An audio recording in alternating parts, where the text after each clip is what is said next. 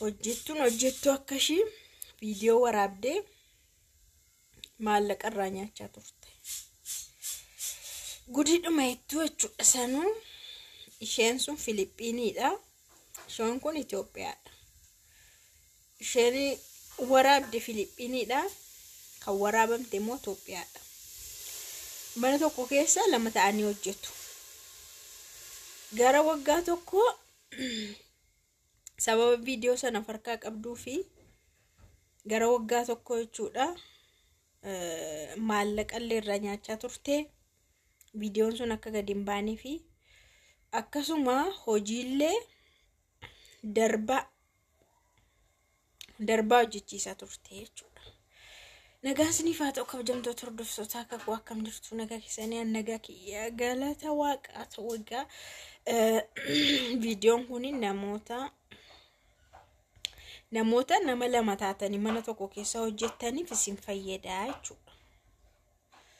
Amma waan baay'ee rakkisaadha jechuudha. Yeroo kana keessa namni waan baay'ee namarratti hojjeta.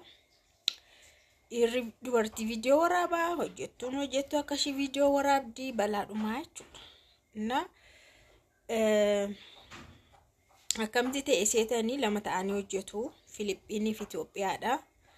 Isa booda Itoophiyaa gaa hin beektu. Onnee Itoophiyaa baay'ee garmalee jabaataa akka ta'e beektu. Gaafa achitti ka'anii hin sodaatani. Yoo madaamiin loltee hin sodaatani jechuudha. Hunduma keenyadha. Yookaan qodaa caccabsuu yookaan waan ta'e gochuu waan balbala ofitti cufuu deebiillee itti deebisuu waan akkasiitu jira jechuudha Itoophiyaa keessa. Hin tuqamiin malee yoo tuqaman akka onneen isaanii jabaataa ta'e aannan beekasi dhageera iyyuu arabootarraa jechuudha. Hin sodaatu. Na guyyaa tokko Itoophiyaan suni madaamii faana wal lolti. Madaamii faana gaafa wal loltu walloltee isa booda erga as deebitee qobaatte jechuudha. Hin arrabsiti. Jiramti renni ituu namni sun nama bira hin jiraatiin aariidhaan waan baay'ee jedhanii arrabsan jiramti isa arrabsiti jechuudha. Filiippiiniin kun immoo jirti. Hin dhageessi. Isheedhuma bira teessee gaafa sana arrabsitee maal gootee aarishii baatii jechuudha. Akkuma kana guyyaa biraa ammasii waan akkasii mudata. Yeroo mudatutti gaafa sana waan arge qodaa faayyuu cabsitee maal jettee yeroo ishiin arrabsuutti kaatu Filiippiiniin kun viidiyoo bantee riikardii ishee goote sagalee ishee jechuudha. Riikardii gootee itti aansuudhaanis immoo ofiishiis akkanuma dudubbatti jechuudha. Arrabatoon ta'an ofiishii akkuma normaalitti dudubbattee ishee dudubbachiisti jechuudha. Isheen kun aartee jirti. Isheen sun immoo akkanumatti akka isheen aariuma sana keessa waan baay'ee haasoftu taasiste jechuudha. Lakkaa isheen riikardii gochaa jirti Filiippiiniin sun jechuudha. Isa booda isheen kun aartee jirti waan baay'ee jetti madaamii muxut gootee arrabsiti isheen kun riikardii gootii dudubbachiisti achi riikardii sana qabattee teessee jechuudha. Booda takka turtee doorsisuu jalqabde jechuudha riikardii sana. Riikardii ati madaamii arrabsitee narka jira madaamitti si kenneeni mana kana keessa si ariisisaa jettiin jechuudha. Yeroo tokko olaantummaa irratti fudhattee jechuudha. Olaantummaa irratti fudhattee ajajuutti kaate. Hojii darbaa hojjechiisuu uffata faa jechuudha. Uffata faa kaawuyyaa yoo goote isheen sun sa'aatii meeqa dhaabbattee kaawuyyaa goote isheen kun immoo tokkos hin dachaasti jechuudha. Hin deebisti duulaaba keessa jechuudha. Hojii garmalee baay'ee gara waggaa tokko darbaa hojjechiiste. Isarraan immoo ji'aan birrii 200 akka isheedhaa kennitu. Kanaraan gootu taanan madaamii mana kana keessa si ariisisaa. Riikardiin kee hundumtuu jira waan ati isheedhaan jette waan ati arrabsite waan ati hamatte hundumtuu narka jiraan jettuun hire. Isheen kun baay'ee miskiina wayi sodaattu wayi natti fakkaatti. bakka mana sana keessaa yoo baate si jechuun yeroo akkana baay'ee wanta biraan namarra ga'a jedhamee yaadama.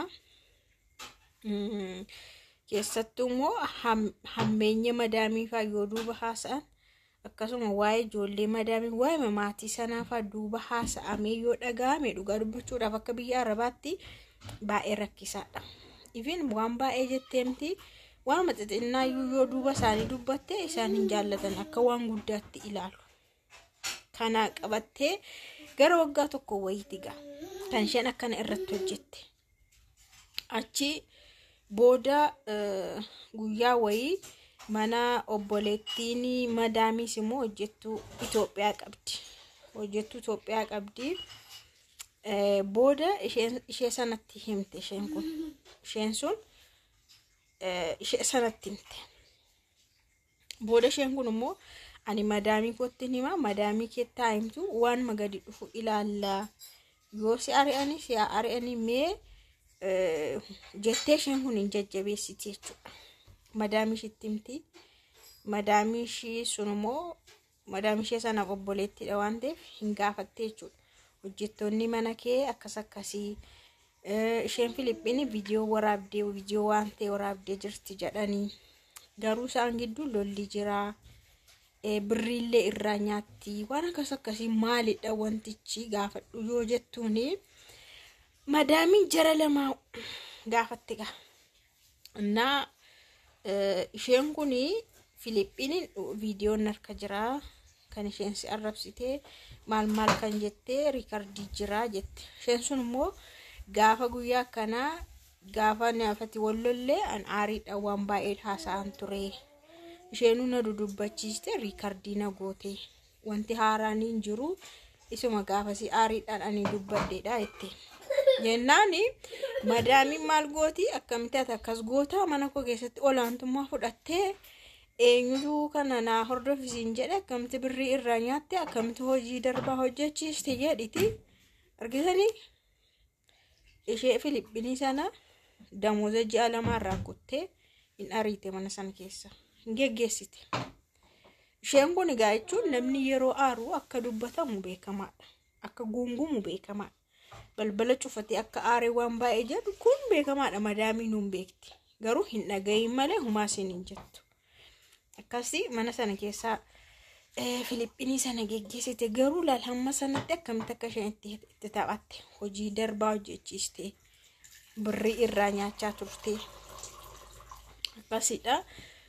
Maalumaaf jechuudha warreen nama faana hojjettan dhufanii lammii biraa miti lammii dhumti ofiyyuu waan baay'ee walirratti hojjetu olaantummaa irratti fudhachuudhaaf waan baay'ee irratti hojjetu jechuudha. Ati siin hamtuu si godhu ofii isaanii gaarii ta'anii madaamiitti kan dhiyaatan jiru.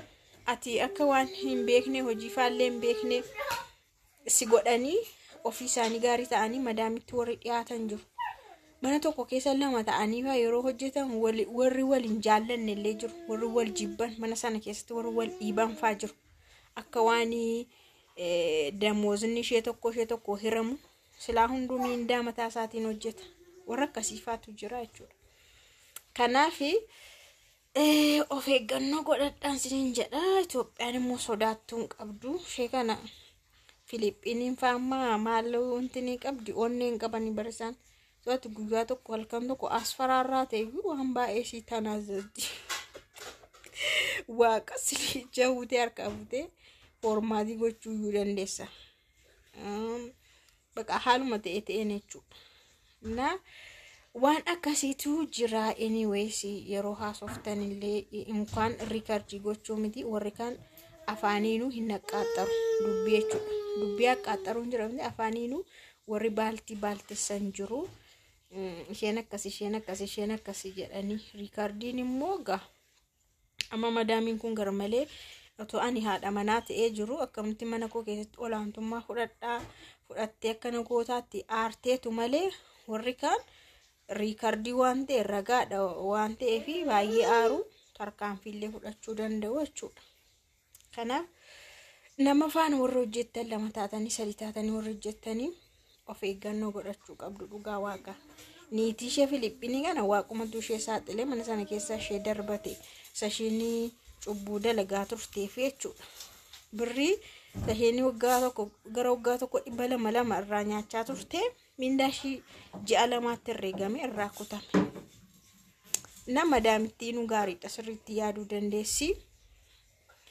Isiniin jedha.